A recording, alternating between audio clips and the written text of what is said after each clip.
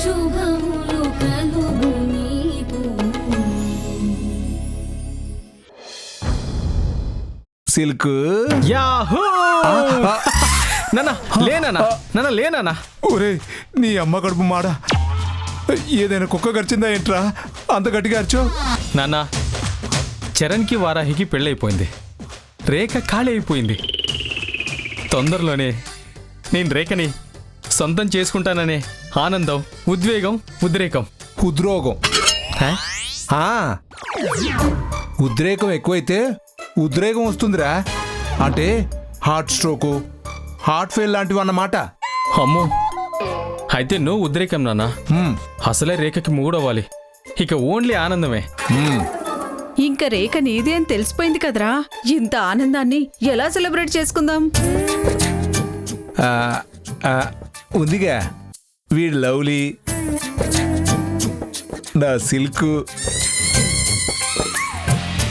నీ సుబ్బు. ఎవరో ఒకరిని అడిగితే ఐడియా చెప్తారు.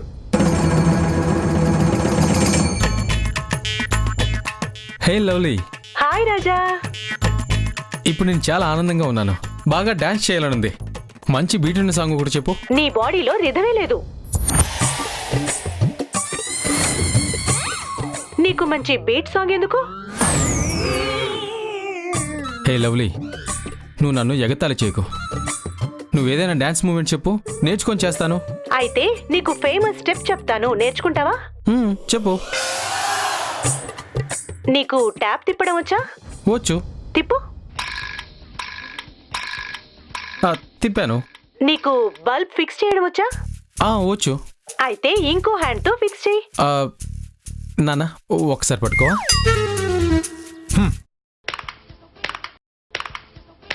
చేశాను. సిగరెట్ పీకని కాల్తో ఆర్పడం ప్రాక్టీస్ ఉందా? బ్రహ్మాండంగా ఉంది. సరే, సిగరెట్ ఆర్పు. ఆపాను. తర్వాత ఏం చేయను? ఇప్పుడు ఈ 3 యాక్షన్స్ కలిపి ఒకేసారి చెయ్యి.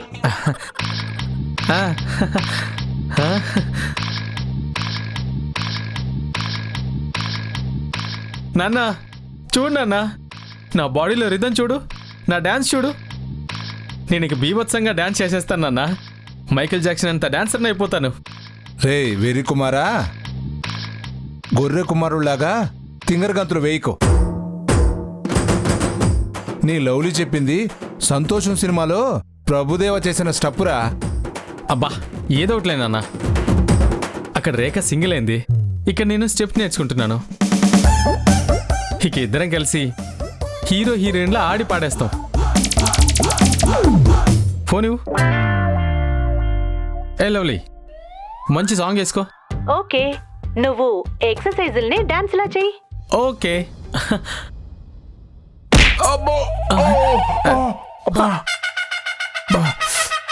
శ్రీ ముక్కు పగల కొట్టా కదరా. బా ముక్కు సంగతి తర్వాత నాన్న, ముందు డాన్స్ అయ్యి నాన్న.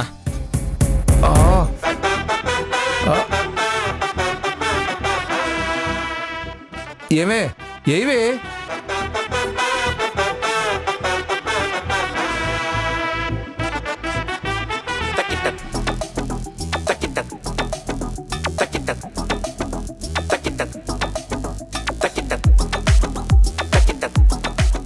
కమాన్ నాన్న.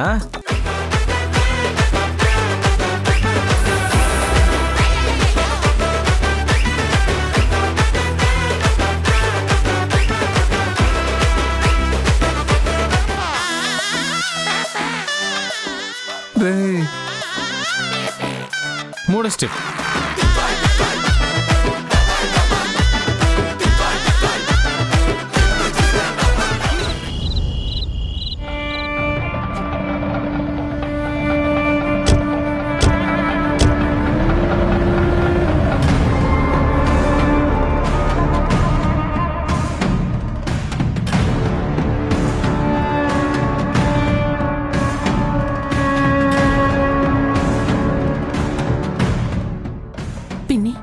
రేఖొచ్చిందా? ఇందాకే వచ్చింది. రాగానే తన గదిలోకి వెళ్ళిపోయింది. నేనేం అడిగినా సమాధానం చెప్పలేదు. మాటలు రాని దానిలాగా లోపలికి వెళ్ళిపోయింది. అంత జరిగిన నా కూతురు గుండె రాయి చేసుకుని నిలబడింది. ఆ కష్టాన్ని దిగమింగడానికి పాపం ఎంత కష్టపడుతుందో. అసలు మీరేం మాట్లాడుతున్నారు? ఏం జరిగింది అసలు? వారాహికి చరణ్కి పెళ్లి జరిగిపోయింది పిన్ని. జయసింహ గారు చనిపోయే ముందు ఆఖరి కోరికగా చరణ్ని వారాహి మెడలో తాళి కట్టమన్నారు. చరణ్ కట్టేశాడు. అంటే జయసింహ గారు చనిపోయారా? వాళ్ళిద్దరికి పెళ్ళైపోయిందా? అందుకేనా రేఖ అంత బాధగా ఉంది? నేను రేఖకి చరణ్ ఇచ్చి పెళ్లి చేస్తానని మాటిచ్చాను పిన్ని. కానీ ఆ మాట నేను చెల్లించలేకపోయాను. ఇప్పుడు నా కూతురికి నా మొహం ఎలా చూపించాలో అర్థం కావడం లేదు. తనకి మొహం ఎలా చూపించాలా అని కాదు ఇప్పుడు నువ్వు ఆలోచించాల్సింది. ముందు రేఖ ఏ అఘాయిత్యం చేసుకోకుండా చూసుకోవాలి. కంగారు పడతావెందుకు పిన్ని? రేఖ ఇంటికొచ్చేశాక ఇంకా భయపడనక్కర్లేదు. అలా కాదమ్మా, రేఖ వచ్చినప్పటి నుంచి ఒక్క మాట కూడా మాట్లాడలేదు. గదిలోకి వెళ్ళిన తర్వాత ఉరుకు పలుకు లేదు.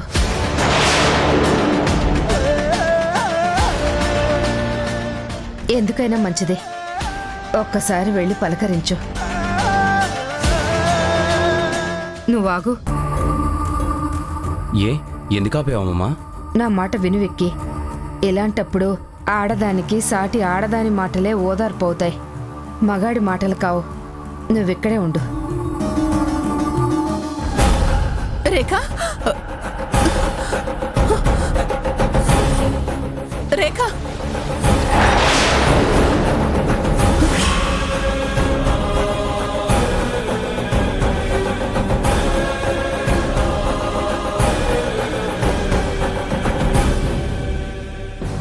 వెళ్ళి ఫ్రెష్ అవ్వు.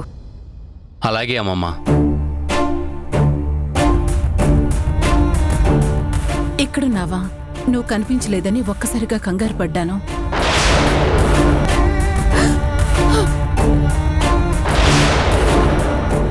నువ్వు నన్ను క్షమించాలి రేఖ. నీ లైఫ్ గురించి నేను చాలా మాటలు చెప్పాను.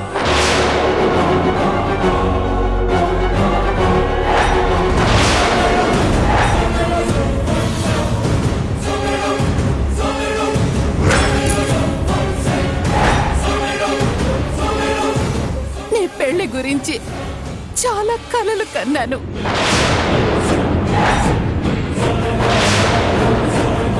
నీకు కూడా ఎన్నో ఆశలు పెట్టాను, కానీ అవేవి నెరవేర్చలేకపోయాను. అందుకే నీకు మొహం చూపించడానికి నాకు చాలా సిగ్గుగా ఉంది.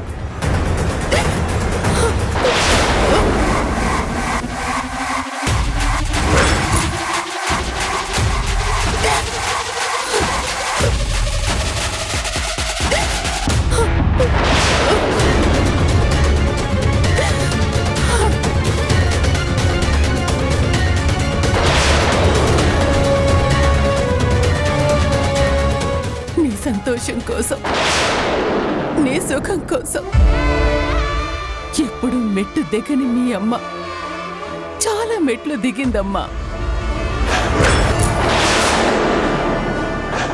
చరణ్ని ఎలాగైనా ఒప్పించాలని చాలా ప్రయత్నాలు చేసింది, కానీ అవేవి ఫలించలేదు. అసలు ఇలా ఉన్నట్టుండి జరుగుతుందని నేను అస్సలు ఊహించలేదమ్మా. ఖచ్చితంగా ఏదో ఒక రోజు జయసింహ గారికి బాగవుతుందని చరణ్ని ఎలాగైనా ఒప్పించి నీకు అతనికి పెళ్లి చెయ్యొచ్చని చాలా ఆశపడ్డాను.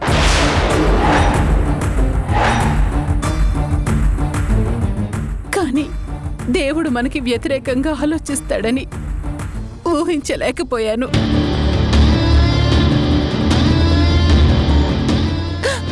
I'm sorry Rekha, I'm very sorry.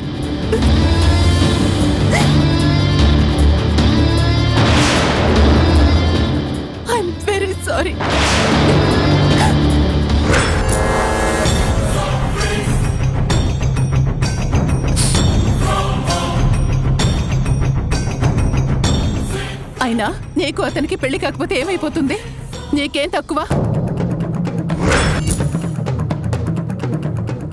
నువ్వు ఇష్టపడ్డావు కాబట్టి నీకు అతన్నిచ్చి పెళ్లి చేయాలనుకున్నాను, కానీ లేదంటేనా అతని కంటే ఎంతో గొప్ప సంబంధాలు, ఎంతో అందమైన ఐశ్వర్యవంతులు నీకోసం క్యూ కట్టేలా చేసేదాన్ని. అయినా ఇప్పుడు మాత్రం మించిపోయిందేమీ లేదు. చరణ్ కంటే అందగాణ్ణి, అతని కంటే ఐశ్వర్యవంతుణ్ణి వెతికి తెచ్చి నీకిచ్చి చేస్తాను. నువ్వెలా బాధపడుతూ కూర్చోకే, నీ బాధను నేను చూడలేనురా.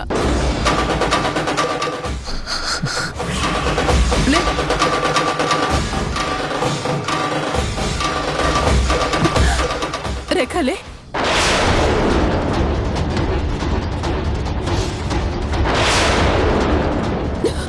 రేఖ రేఖ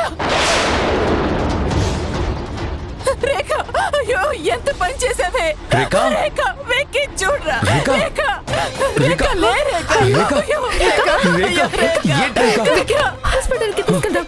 పద. జాగ్రత్త వెక్కి.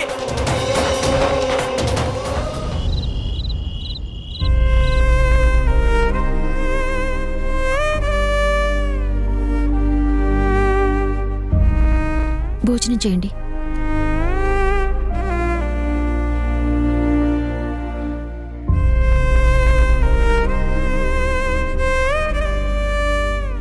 ప్లీజ్ చరణ్ గారు, భోజనం చేయండి. నిన్నొకటి అడగాలని ఉంది. అడగండి. నువ్వు ఇది తప్పనిసరి భరిస్తున్నావా లేక ఇష్టంగానే ఒప్పుకున్నావా? అంటే ఏది? అదే మన పెళ్ళి.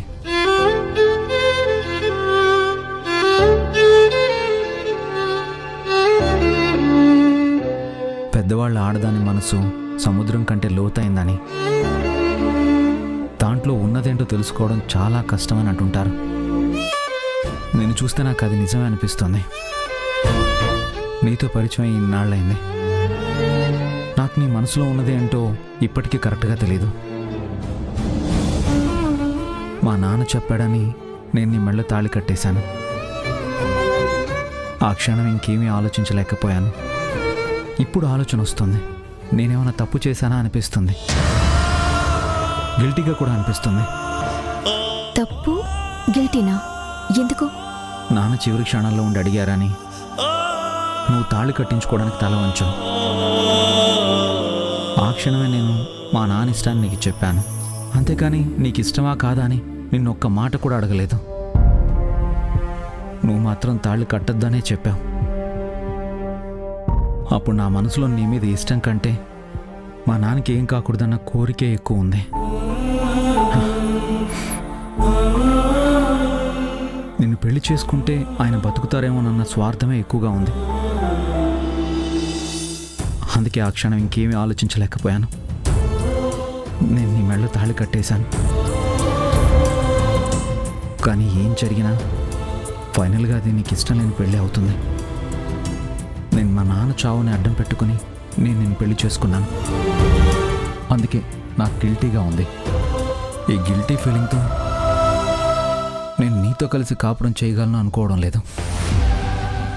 అందుకే ఇదంతా నువ్వు ఇష్టంతోనే చేస్తున్నావని అడిగాను. నిజం వారాహి, నీకు ఇష్టం లేని పని చేసినందుకు ఐఎమ్ సారీ.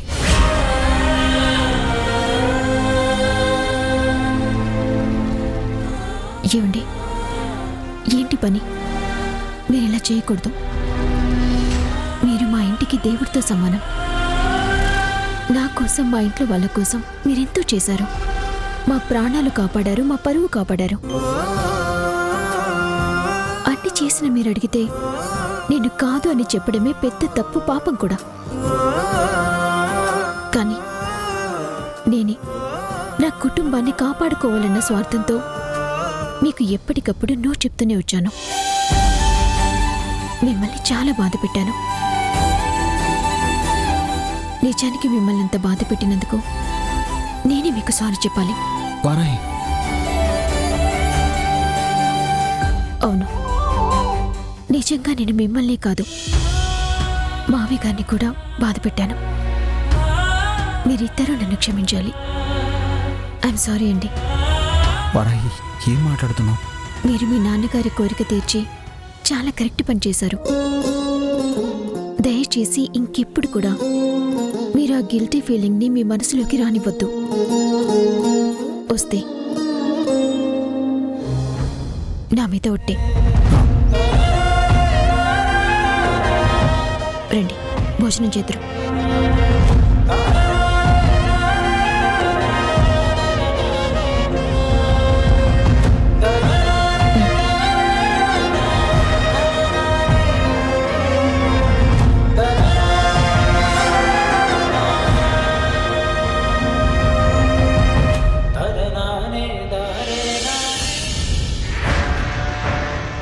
రేఖ, రేఖ, అమ్మ రేఖ, అమ్మ రేఖ, రేఖ, లే రేఖ, డాక్టర్, డాక్టర్, అమ్మ రేఖ, రేఖ, రేఖ, రేఖ, రేఖ, డాక్టర్, రేఖ, రేఖ. ఏంటండి, ఏమైంది? ఈ బ్లడ్ ఏంటి? నేను అప్పటి నుంచి అరుస్తుంటే ఇప్పుడే వచ్చేది. చూడు, నా కూతురికి ఏమైందో చూడు.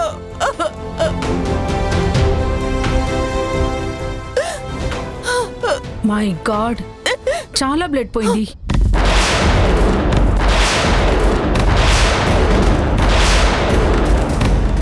చెయ్యి కట్టయి ఎంతసేపు అయింది? ఎంతసేపు అయిందో తెలీదు. ముందు నా కూతురికి ఏమైందో చూడు. కట్టయి చాలా సేపు అయినట్టుంది కదా. చాలా బ్లడ్ పోయింది.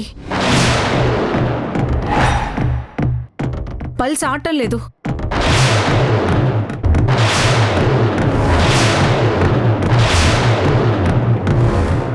ఏంటి?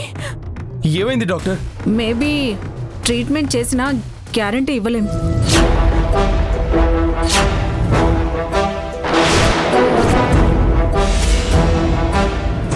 బ్రతకడం కష్టమే. ఒక 10% మాత్రమే.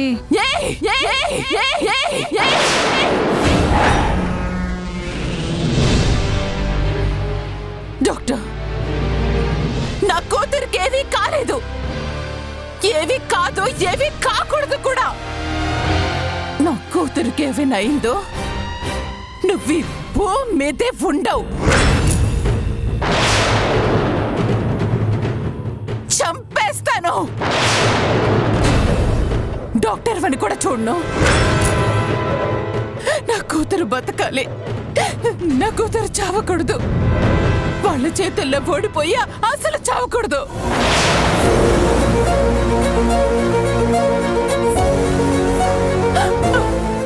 బతకాలి, బతకాలి డాక్టర్. బ్రతకాలి అంటే నేను ట్రీట్మెంట్ చేయాలి. ఇప్పటికే చాలా లేట్ అయింది. ట్రీట్మెంట్ లేట్ అయితే మన చేతులతో మనమే రేఖను చంపుకున్నట్టు అవుతుందమ్మా. లేదు, లేదు, నా రేఖ బ్రతకాలి. నా కూతురు బతకాలి. త్వరగా ట్రీట్మెంట్ చేయండి డాక్టర్, ప్లీజ్. నర్స్ మేడం, త్వరగా చేతికి స్టిచెస్ వేయండి. Okay madam. బ్లడ్ బ్యాంక్ లో సేమ్ బ్లడ్ గ్రూప్ ఉందో లేదో చూడండి. Okay madam. అర్జెంట్ గా డాక్టర్ పద్మ గారిని రమ్మని ఫోన్ చేయండి. అలాగే మేడం. రేఖ, అమ్మ రేఖ. డాక్టర్, ఐఎమ్ సారీ డాక్టర్, కానీ ప్లీజ్ నా బిడ్డ బతకాలి. లేదంటే నేను నల్లేనట్టే.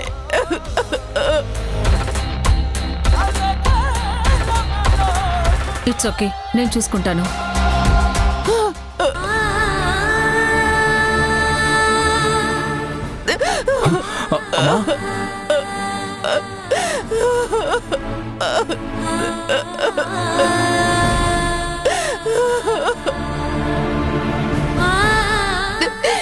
ఎందుకిలా చేసావే? ఆ చరణ్ భర్తగా దొరకనంత మాత్రాన నువ్వు చచ్చిపోవాలా?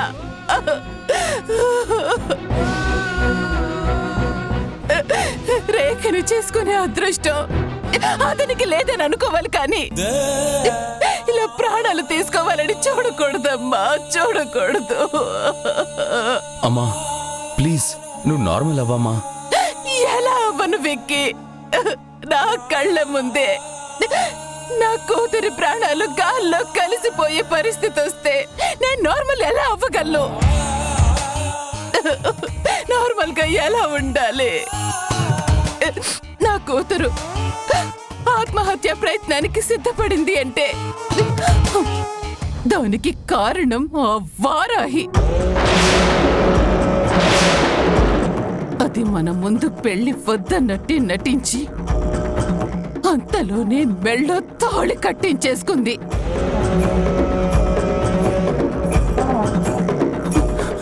వాళ్ళని వదిలిపెట్టను. వదిలిపెట్టను విక్కీ.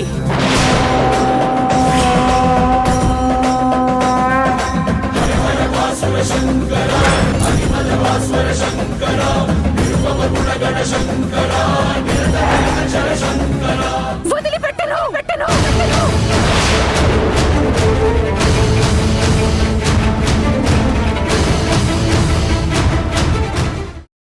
రేఖను చూసి వెళ్తాను. నేనేం గొడవ చేయను. నువ్వు చెయ్యవు, కానీ మా అత్తయ్య గారు చేస్తుంది. చాలా పెద్ద గొడవ చేస్తుంది. ప్లీజ్ వెళ్ళిపో అమ్మా, వెళ్ళిపో. అది కాదు హాసిని, హాసిని ఒక్క నిమిషం.